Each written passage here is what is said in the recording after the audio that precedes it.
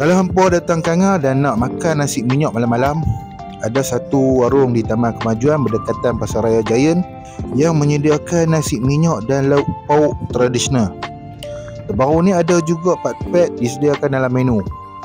Kedai ni dibuka setiap hari kecuali ada kekangan urusan lain, mereka bercuti lah. Bermula 5 petang hingga 11 malam. Boleh tapau atau makan di situ. Guna khidmat e-hailing pun boleh. Main lah.